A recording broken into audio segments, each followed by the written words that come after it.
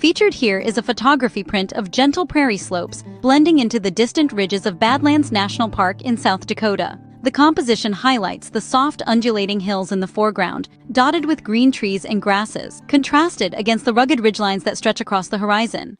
The warm tones of the prairie grasses and the layered backdrop of geological formations create a timeless American landscape that pairs natural beauty with wide-open serenity. When I photographed this scene, I was struck by the peaceful rhythm of the land rolling toward the horizon. The contrast between the softer prairies in the foreground and the jagged ridges in the distance felt like two stories of the same land told in one frame. The light was steady and calm, giving the scene a gentle balance that made me pause and take in the quiet grandeur of this view.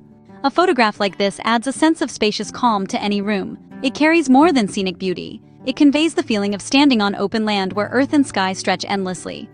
Displayed in a home or office, it offers both grounding and inspiration, reminding viewers of the timeless prairies and resilient ridges that define the Badlands.